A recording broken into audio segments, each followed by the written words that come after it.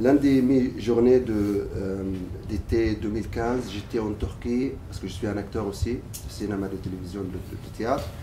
J'ai rencontré une femme syrienne qui vient à peine de sortir de prison. Ça fait pratiquement 20 jours qu'elle vient de sortir de prison, qu'elle est actuellement avec nous. Toute maigre, fine, qui mange comme un oiseau, quoi. Très peu. Et elle est partie en Turquie clandestinement. Donc elle m'a raconté son histoire, c'était touchant pour moi. C'était la première femme que je la rencontre, qui vient de sortir de prison pendant la révolution syrienne.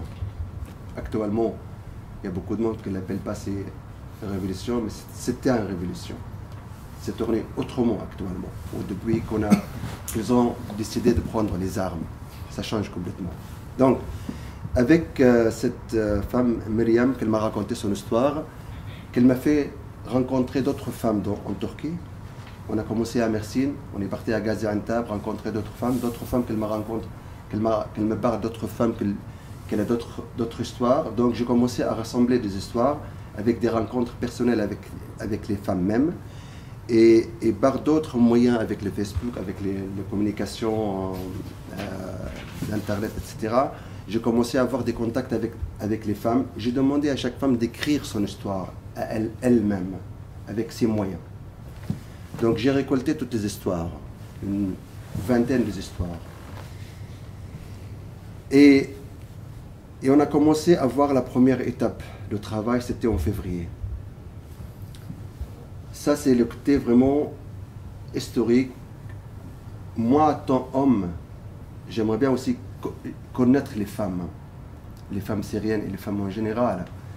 On vit dans une société, je pense, très masculine, partout dans le monde, mais particulièrement dans notre région.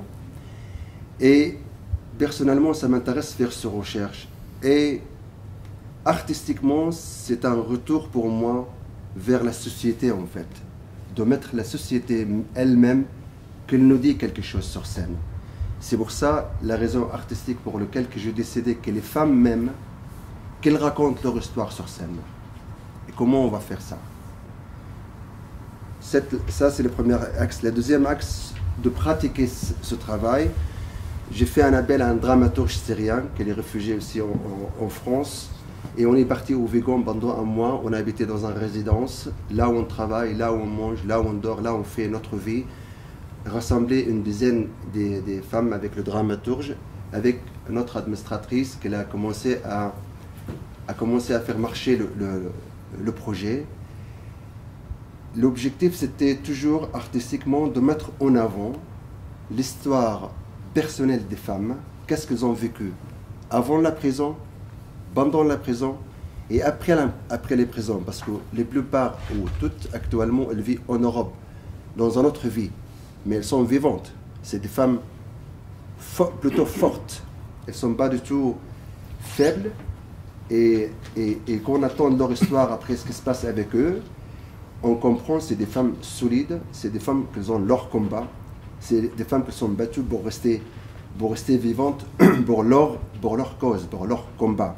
Et donc actuellement, elles sont là, elles sont dans une nouvelle société. Donc la pièce artistiquement, elle pose aussi, elle montre aussi des réponses à des questions, à vos questions.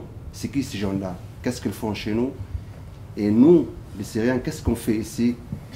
Comment on peut faire partir de cette société?